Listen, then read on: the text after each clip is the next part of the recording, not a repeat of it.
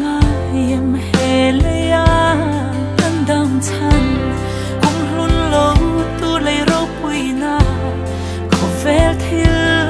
song te ya van rong ko min hati si I suam he al hea fo chi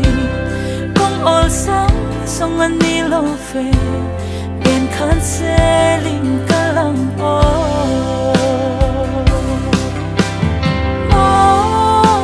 fana kya helaya kan tuarna zumte an ral fe ya kan sa te kya ma kalal pa vela numo te kale fe to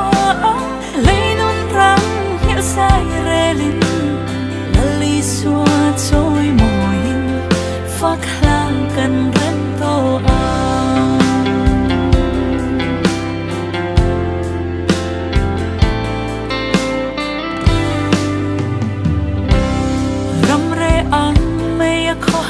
na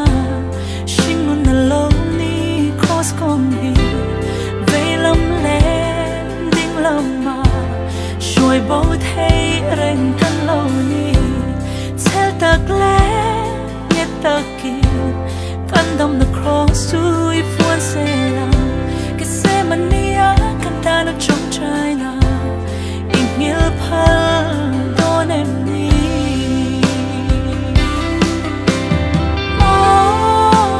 fana kya helaya kan tuarna zumte an ral fe ya kan sa te kya ma kalal pa vela numo te kale fe to leinun rang hil sai relin lali swa choi moin phak lang kan ren to na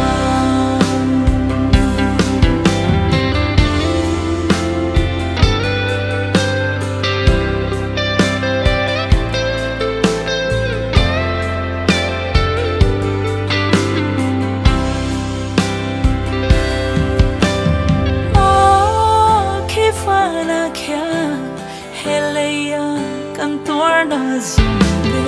an ral fe ya kan sa te kya ma kalal pa vela numo te kale fe to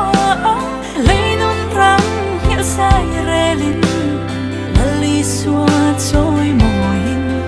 phak lang kan ren to